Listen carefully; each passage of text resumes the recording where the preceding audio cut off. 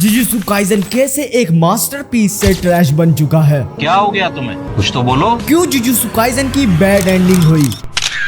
तो सुकुना की डेथ होने के बाद लोगों ने भाई तबाही मचा रखी है कि हमें बिल्कुल भी सुकुना की डेथ अच्छी नहीं लगी एंड ऐसे नहीं होना चाहिए था जेजेके का एंड मैं भी बोलता हूँ कि भाई गेगे ने एक मास्टरपीस को खत्म कर दिया एक बैड एंडिंग की वजह से। एक गेगे ने बैड डिसीजन लिया जिससे भाई उसने अपनी पूरी लेगेसी को बर्बाद कर दिया। ऐसा मत करो मेरी जान। देखो भाई सुकुना की डेथ पर बहुत सारी चीजें हमारे सामने निकल कर आ रही हैं। कुछ लोग तो अब भी ये कह रहे हैं कि सुकुना मरा नहीं है, वो कमबैक कर सकता है। अबे माचुदा ना, मुझे नहीं लगता कि गेगे अब उसका कमबैक कराएगा क्योंकि 3 चैप्टर और बचे हैं एंड 3 चैप्टर में गेगे क्या ही कर लेगा उसका कमबैक कर एंड और ज्यादा प्लॉट होल खुल जाएंगे।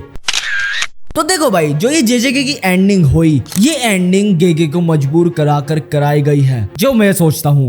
बकचोदी मत कर लौड़े। देखो जो मांगा आर्टिस्ट होते हैं उनकी लाइफ बहुत ही ज्यादा हार्ड होती है। तुमने अगर बचपन में शिनचैन देखा है एंड अगर तुम्हें याद है मांगा आर्टिस्ट जो उसमें हमें दिखाया जाता था, वे वाले अगर तुम्हें एपिसोड याद है तो तुम्हें पता होगा कि उस मांगा आर्टिस्ट को कितना ज्यादा फोर्स करा जाता था मांगा को खत्म करने के लिए। पब्लिशर कितना ज्यादा फोर्स करता था उस मांगा को ताकि वो उस मांगा को खत्म करे। एंड अगर इस सिनेरियो को तुम रियल वर्ल्ड से कंपेयर करो तो रियल वर्ल्ड में भी ये सारी चीजें होती हैं। अगर तुमने हंटर एनीमे देखा है तो तुम उसके मांगा आर्टिस्ट को जानते होंगे क्योंकि जो हंटर की मांगा है वो कई सालों से हिएटस पर थी। हिएटस मतलब एक ब्रेक पर थी। योशिहिरो टोगाशी पर बहुत ज्यादा प्रेशर डाला जा रहा था उनके पब्लिशर की तरफ से, जहां भाई उनको फोर्स करा जाता था मांगा कंप्लीट करने को। एंड इसी स्ट्रेस एंड प्रेशर की वजह से योशिहिरो टोगाशी को बहुत ही ज्यादा बीमारियों से जूझना पड़ा था, जहां भाई उन्होंने ये भी बताया कि उनके पीठ में इतना कैड़ा दर्द होता था कि वे बेड पर से भी उठ नहीं पाते थे। एक मांगा आर्टिस्ट की लाइफ बहुत ही ज्यादा हार्ड होती है, जहां भाई उनको 15 से लेकर 17 घंटों तक नॉन स्टॉप वर्क करना पड़ता है। एक जगह बैठकर नॉन स्टॉप मांगा लिखनी पड़ती है, ड्रॉ करनी पड़ती है, स्टोरी को समझना पड़ता है जब भाई वे एक चैप्टर बनाते हैं। अब भाई मैं तुम्हें बताऊंगा कि गेगे ने अपने ही कोट्स पर, अपनी ही स्पीच पर कैसे मुंह था। सबसे पहले तो भाई उसने कहा था जेजेके एंड होने से पहले कि आखिरी में जेजेके के सिर्फ या तो एक कैरेक्टर बचेगा या फिर 2 कैरेक्टर बचेंगे, ये भाई गेगे ने बताया था।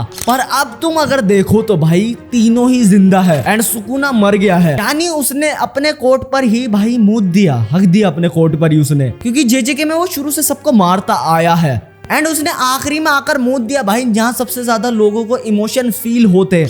एंड दैट्स व्हाई भाई मैं इतना ज्यादा डिसअपॉइंटेड हूँ सुकुना की डेथ को लेकर एंड जेजेके के एंड को लेकर। अबे माचुदा ना, तू है कौन?